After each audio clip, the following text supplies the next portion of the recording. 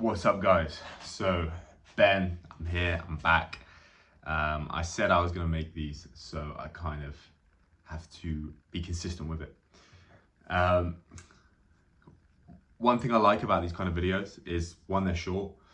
You can give like little nuggets of value, and I think it's just like authentic. I think people like to kind of see like who you actually are, you know, kind of off the cuff, like you can't really fake it. And yeah, random topics, different things we can touch on in this. But I'm going to start off with a story that I was explaining to my mother, but she kind of got it in the end. But basically, it's about, I don't know, I could be getting the story wrong, but you'll get the gist of it. And it's basically that there's a dad, for example, who gives his son a watch. And it's like an old watch they've had maybe in the loft, like maybe in their attic for 10 years. Gives it to his son and says, son, go take this watch and go see what you can get. See what you can get for it. So the son takes the watch, he takes it to a jeweler shop, and the jeweler says, yeah, it's an old watch, it's okay. I could give you $60 for it. And the boy goes, okay, no worries. Goes to the next jeweler shop and they go, yeah, it's an old watch, but it's probably worth about $50. And then he goes, okay, cool, and takes it to the next jeweler shop.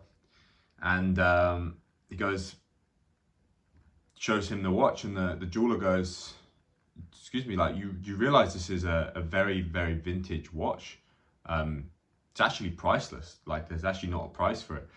And yeah, so that's the story basically. And the moral of the story is like, we are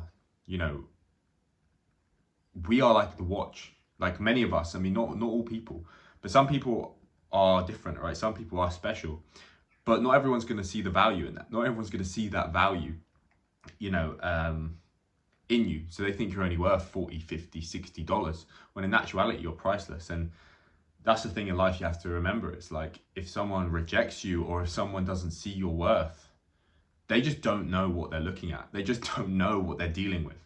And that's something I think I struggled with for a long time in my life, because I always used to think I was like different. I always used to think maybe I'm just like, I don't know, maybe there's something weird about me, or I always just felt like, I don't know, like I didn't have what everyone else had to offer. I was always a bit weird. I was a bit too like, I had to kind of become relatable to people.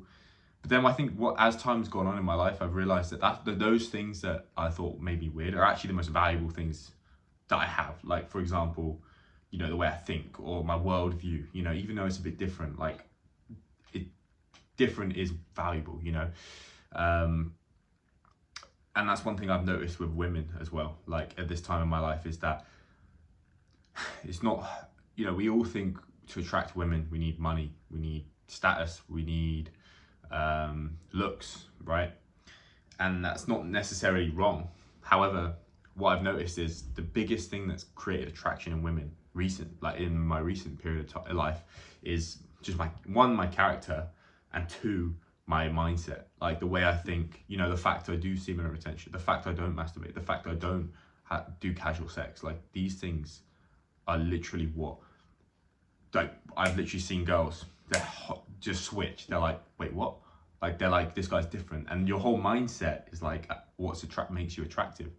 That's something I've noticed, which is interesting, right? And I think the thing with the red pill is the guys that are into that, they're playing the enemy's game. Like they're playing the enemy's game. And I've been there. Like I've been there myself. But you're trying to attract a woman that you don't even want. Like you're trying to make a woman like you that you don't actually even really want her. Like these girls that you're trying to attract, the old saying goes, you cannot turn a whore into a housewife.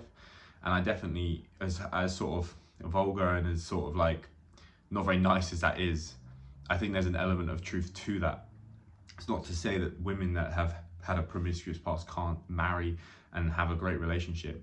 It just means that how you start really is how you finish. And if you start off trying to make a woman who's clearly not that,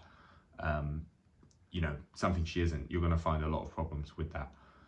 Anyway, I'm on a tangent here, but yeah, it's good to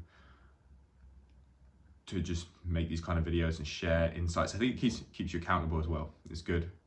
It helps people kind of like build a relationship, see what's going on in your life.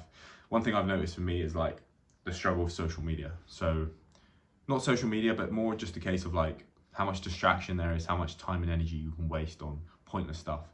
And once you can really dial that in, like for me recently, like yesterday I worked on my business like all day long. I didn't even like it. The feeling of like being on Instagram and being like, wait, I haven't even like looked at this all day because I just had so much to do. It's quite like, it brings you back to life. Like it actually makes you feel like you're alive. It almost feels like the clock ticks longer. Like it sounds weird, but minutes seem longer. And I think there's something to that. I think there's something to the fact that all these, like the app TikTok, like it's called TikTok. It's time wasting. That's what it's designed to do. And I think we're at this phase in like the world where they really just want to distract everyone and they don't want people like waking up. And most people aren't like, you know, there's two ends of the spectrum. You get the people that are kind of waking up, you get the people that are like, they're just going in the other direction. And you've got to really like just get clear on what side you're going to pick, because we're very vulnerable in this period of time. But yeah, it's interesting. And as a man, I think for me, like I've definitely had difficulties like in how I feel like internally. And I think the biggest things that are going to help you as a man are training in the gym. Definitely important. It's helped me a lot just to build up my confidence. And again, it's one of these things where like you have to realize that it's important. You know, you get a lot of respect, you get a lot of recognition, you get you feel good about yourself. And women do just find you more attractive when you've got a good physique. It's like an undeniable thing. So that's a big element, training, and then also like martial arts. I think fighting, I haven't done much of it this year, or any of it this year. I did some pad work the other day and it just reminded me like it feels good to feel competent. It feels good to be able to like handle yourself. And I remember when I used to box, like being in the boxing gym, like with the men, with the guys, you know, putting in the rounds, like there's something about it that really is really healthy, I think, for the masculine. Like really healthy for a man to do that and have that kind of like relationship with other men. So those are two things. Another thing would be getting like knowledge. So I've been reading the Bible a lot, which has given me a lot of wisdom, especially like the book of Proverbs. And yeah, just stuff like that. Having that spiritual connection is a big thing. Kind of understanding the spiritual warfare and all these types of things are important as a man. What else is good? Eating, your diet, getting the right foods in, eating clean, doing grounding, you know, getting good rest, getting in the sun, taking care of your body, like, is really important. It's going to help you a lot. And what else? I'm on the spot now. I feel like I'm under pressure.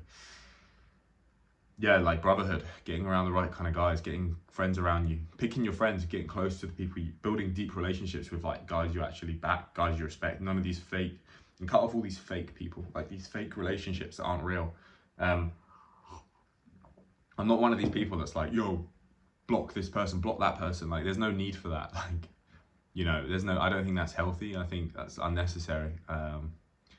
You should be respectful and you should love and forgive everyone, like, regardless. But you want to just make sure you're keeping your real G's close, building those relationships up.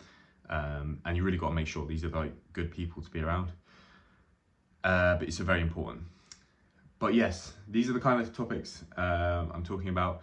Now, as men, I think there's a lot to uncover, a lot to build on. I think for me right now, I'm coming up to 3 months of semen retention.